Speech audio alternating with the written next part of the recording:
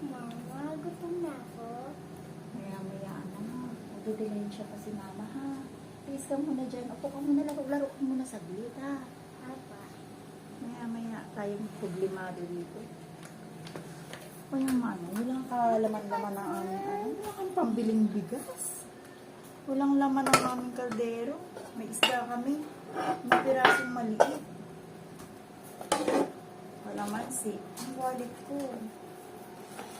Wala man lang kahit piso. Meron tsani. Ay, ano ba ito? Kaya saan makakakira kayo ng pera?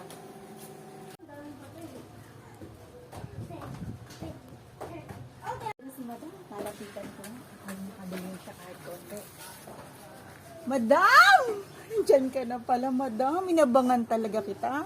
Ang ganda-ganda mo ngayon. Anong ginamit mo sa mukha mo, madam? Ang kinis! Ang ganda ng bag ni madam. Baka naman ako'y pwedeng makautang sa iyo kahit pambiling bigas. Ibabalik ko din sa isang araw, madam. Kasi wala pa yung asawa ko, wala kaming pansaing ng anak ko. Gutom na nga siya eh. Masyado ka namang mangbola. Nag-sunscreen lang naman ako eh. Yung problema mo na pambiling bigas, papaluwagan naman kita. Ang sa akin lang, balik mo sa tamang usapan natin. At kung sakaling hindi mo maibalik, makipag-usap ka sa akin, kausapin mo ako. Teka lang ha. Kukunin ko ito. O ito. Ang usapan natin ha. Pag usapin mo ko, o kaya ibalik mo. Maraming salamat, madam. Hulog ka talaga ng langit. Talagang ako'y problemado. Kanina pa ako isip dun sa bahay. Ibabalik ko din ito sa'yo, madam. Huwag kang mag-alala ha. Huwag kang madadala.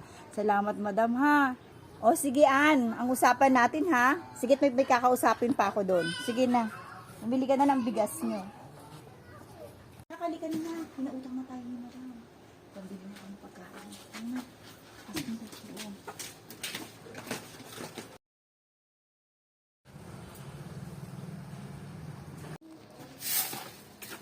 Bib, Nay, halika dito. Sabihin mo mamaya, ha? Sabihin mo mamaya kay madam. Pag hinanap ako, sabihin mo wala ang mama, ha? Sabihin mo wala dito si mama, ha? Tao po! Tao po! An? An? Nakita ko siya, nasuyapan ko si An kanina eh. Habang siya nagwawalis. An? Ano siyang dadaanan? Neng! Neng! Neng! Andyan ba si mama mo? Ay, wala po dito. Nako, Ineng, nakita ko si mama mo kaninang pumasok. Bawal magsinungaling ang bata. Ay, sorry po. Sabi po kasi ng mama ko, sabihin ko daw wala po siya dito. Siya, Ineng. Puntahan mo si mama mo dun sa loob. Sabihin mo nandito si madam at kakausapin ko siya, ha? Sabihin mong alam kong nandyan na siya, ha? Nakad na. Ay, madam. Pasensya ka na, madam, ha? At nakita kita ako'y nagtago at talagang wala akong pambayad sa iyo. Kaya ako'y nagtago muna sa loob. Pasensyahan mo na ako, madam. Sana maintindihan mo ako. Alam mo naman na may usapan tayo, di ba? Sabi ko sa iyo nung isang araw, kausapin mo ako kung hindi ka makakapagbayad. Ayan, natanawan kita kanina na pumasok. Dapat lumapit ka sa akin, kung wala kang pambayad. Dapat kinausap mo ako. Po, madam, pasensya na talaga ha. Magbabayad ako sa iyo. Iaabot ko na lang sa iyo. Pasensya ka na rin at tama ka. Naturuan ko yung anak ko na magsinungaling dahil wala talaga akong maibayad. Sa susunod, hindi ko na siya gagawin, madam.